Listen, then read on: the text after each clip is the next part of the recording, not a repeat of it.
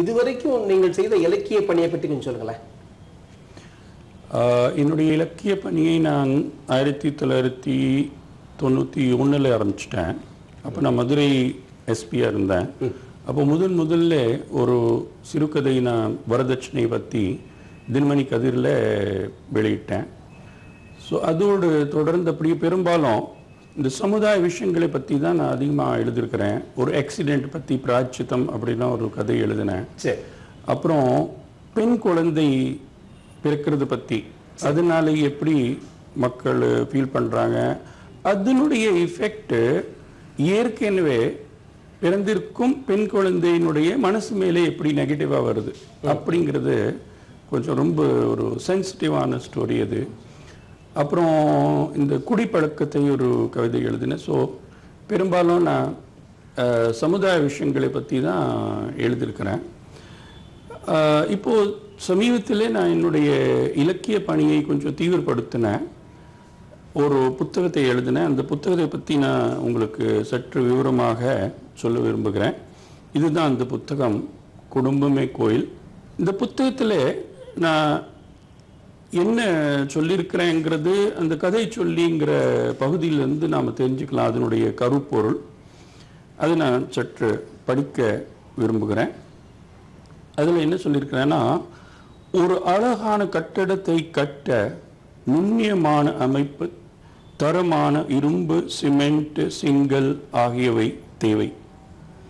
ஒரு செடியை வளர்க்க நல்ல விதை, தரமான உரம், போதுமான தண்ணீர் வேண்டும். இவற்றை எல்லாம் விலைக்கு வாங்கலாம். ஆனால் ஒரு சிசுவின் மனம் வளர்வது சிப்பியில் முத்து வளர்வது போல். வளரும் முத்து எவ்வாறு சிப்பியின் உள்ளிருப்பவற்றை உறிஞ்சி மூலப்பொருளாக தன் அங்கமாக சேர்க்கிறதோ, அதே போல் வளரும் குழந்தையின் மனமும் தன்னை சுற்றி சஞ்சரிக்கும் எண்ணங்களையும் உணர்வுகளையும் மூலப்பொருளாக பயன்படுத்தி சிறிது சிறிதாக வளர்கிறது.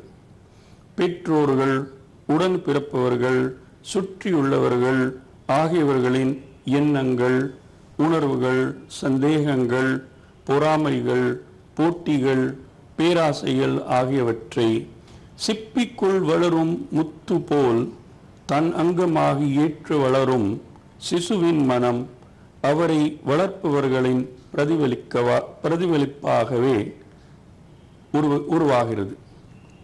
பெற்றோர்களின் வாழ்க்கை முறைதான் அவரை நிறுவ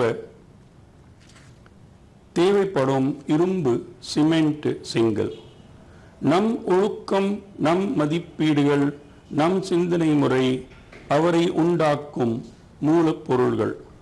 நாம் ஒழுங்கீனமாக செயல்பட்டு குழந்தையிடம் மட்டும் ஒழுக்கம் எதிர்பார்ப்பது தவறு. முத்து போல் வளரும் சிசு மனத்திற்கு அவரை வளர்க்கும் குடும்பம்தான் சத்தூட்டும் சிப்பி.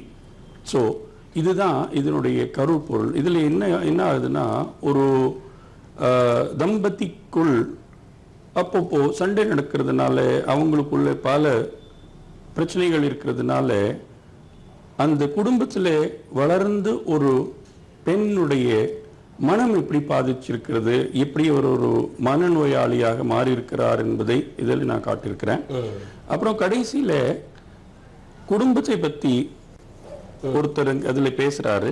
அவர் என்ன சொல்றாரு, குடும்ப அமைப்பு என்பது வரலாற்றின் குப்பை அல்ல, தேவையற்றதென்று தூக்கி எறிவதற்கு. குடும்பம் என்பது உலகத்தின் ஒரு சிறிய படிமம். பறந்து விரிந்து உலகத்தில் வாழ கற்றுக் கொடுக்கும் வாழ்க்கையின் முதலாவது பள்ளிக்கூடம். தோற்று போன, சோகமடைந்து உடைந்து போன நபருக்கு தோளில் அன்பு கை வைத்து அடைக்கலம் கொடுக்கும் இல்லம். பறந்து விரிந்த கடவுளை தரிசிக்கும் கோயிலை போல் உலகெங்கும் பரவியிருக்கும் மனிதத்துவத்தின் ஆலயம்.